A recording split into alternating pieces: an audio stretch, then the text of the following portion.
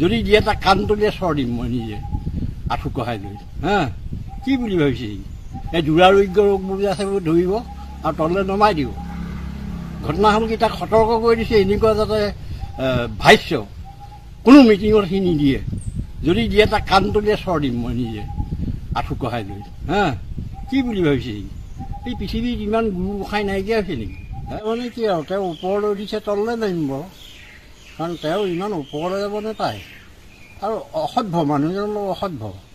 তেওঁ মানে যেতিয়া তেতিয়া যা তা কথা কৈ থাকে আৰু মদ খাই থাকে নেকি অলপ মাতুল হৈ থাকে মাতাল। এইবোৰ কথা মানে সত্ৰাধিকাৰসকলক টানিব নাপায়।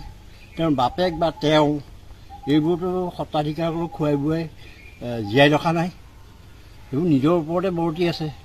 গতিকে সত্ৰাধিকাৰসকলক তেওঁ তুচ্ছ তাচ্ছিল্য কৰিবলৈ ক'ত ক্ষমতা পালে? সি ধন লৈ ধন ঘটি পেলাই গান গোৱা মানুহ, সি এইটো থাকিব লাগে। বেছি ওপৰলৈ যাব নালাগে মানুহ হা তললৈ নামে তেতিয়া এই দুৰাৰোগ্য ৰোগবোৰ যে আছে ধৰিব আৰু তললৈ নমাই দিব। ঘটনা হ'ল কি তাক সতৰ্ক কৰি দিছে এনেকুৱা যাতে ভাষ্য কোনো মিটিঙত সি নিদিয়ে।